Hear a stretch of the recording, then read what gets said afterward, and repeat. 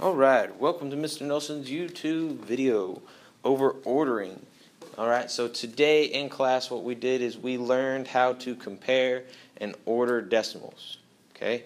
We learned how to compare and order decimals. And what I told you is that if you are looking at a fraction, a decimal, and a percent, we learned the past week that you can turn all of those things to a decimal. If you turn them all to a decimal, we now have a strategy after today of comparing and ordering decimals.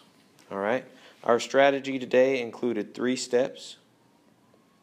Really, it was just 2, and then the third one, you repeat the second one over and over again.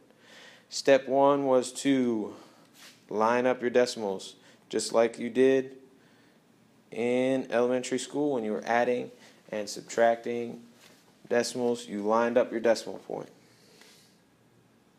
Line up your decimal. Step 2 is to look at your place value of all your decimals. Look at the place value. What I told you to do is I told you to circle your place value, your number. Step 3, you repeat. You repeat. Step 2 again until you find out which one is bigger. Alright? I showed you guys some examples of how to do this in class. Remember, you line up your decimals. Boom, boom, boom. 2, 3, 4, 2, and 2, 4. You line up your decimals. You circle your place value. I know that 4 is bigger than 2, so I know that's the biggest. So then I have to look.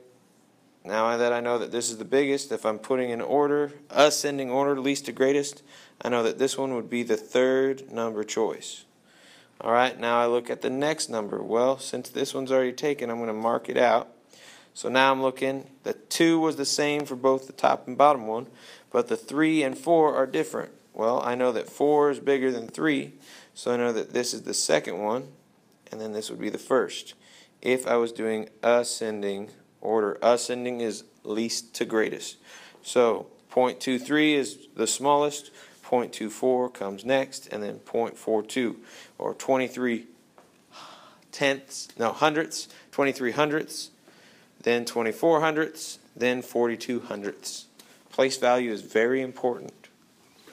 Alright, we also need to know that fractions are equal or have decimals, and decimals are percents, and percents are decimals, and decimals are fractions. Okay? So, you look at it, and you know that 1/2 is equal to 0.5 or 5/10, which is equal to 50%. And you should, after last week, know how to convert a fraction to a decimal and a percent to a decimal. And that's where we're headed. We're going to live in the decimal section so that we can order them, okay? Your homework for tonight is this right here. You need to do number 1. Put that list of numbers of 23 hundredths, 4 tenths, and 231 thousandths in ascending order. Remember what ascending means? And number 2, you need to put that list of 4 tenths, 2 fourths, and 38% in descending order. Shout out. This is the part in the video where I shout out to a person from class today. In my first and second period class, I would like to shout out to Armando and Kiera. Armando and Kiera. I saw Armando being a leader in his group, stepping up. And I saw Kiera being a leader in her group and stepping up. I appreciate that. I also want to shout out in my fifth and sixth period. I want to shout out to Anave and Marcus. Marcus ended up doing stuff in class, and he fixed what he needed to fix, and he corrected what he needed to correct, and got to work. He ended up doing fantastic at the end of the day.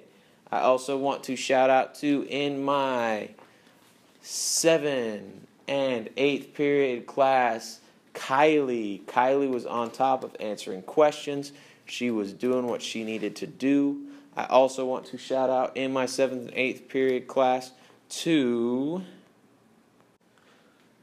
Alyssa. Alyssa was doing her work and what she needed to do to be successful, and I appreciate that.